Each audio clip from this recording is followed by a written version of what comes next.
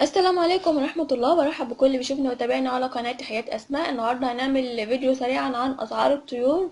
طبعا ما احناش هنقول بقى الأسعار نزلت، الأسعار عملت، لا، الأسعار هتتفاجئوا بها دلوقتي في الفيديو. يا ريت تشوفوا الفيديو لآخره عشان تتابعوا الأسعار الطيور كبير وصغير معايا. قبل ما نبدأ الفيديو يا ريت تعملوا اشتراك، تعملوا لايك، تفعلوا الجرس عشان يوصلكوا كل جديد انا بعمله. ويا ريت تجتهدوا معايا بحيث انكم توصلوني لتمانين الف مشترك. يا ريت تفرحوني كده على العيد ان شاء الله ونوصل لتمانين الف مشترك.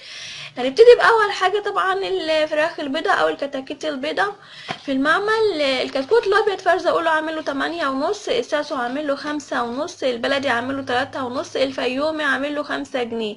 الأسعار زي ما انتوا شايفين ما هيش نازلة ولا حاجة، بالعكس الأسعار صعبة جدا.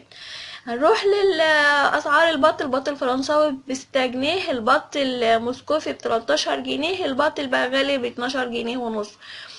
هنروح لأسعار الفراخ الكبيرة والبط الكبير. الفراخ البيضة الكيلو عامله 30 جنيه، الساسو ب37 جنيه. طبعا الأسعار دي في المحلات، لكن في المزرعة الأسعار رخيصة جدا، يعني الساسو وصلت 35 جنيه في المزرعة. أسعار الفراخ البيضة عاملة 28 جنيه في المزرعة، لكن الأسعار اللي أنا قلتها لكم دي في المحلات 38 جنيه لساسو في المحلات، و30 جنيه للبيضة في المحلات. الأسعار الفراخ البلدي ب40 جنيه.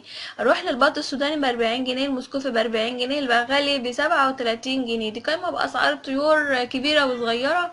طبعا الأسعار بتاعة الطيور الصغيرة هتلاقيها مرتفعة جدا وغالية جدا، لكن أسعار الطيور الكبيرة هي اللي بتنزل. يا رب أكون قلت حاجة مفيدة الكل استفاد منها. ما تنسونيش في اللايكات والاشتراكات. كانت معاكم أسماء من حياة أسماء، أشوفكم ألف خير.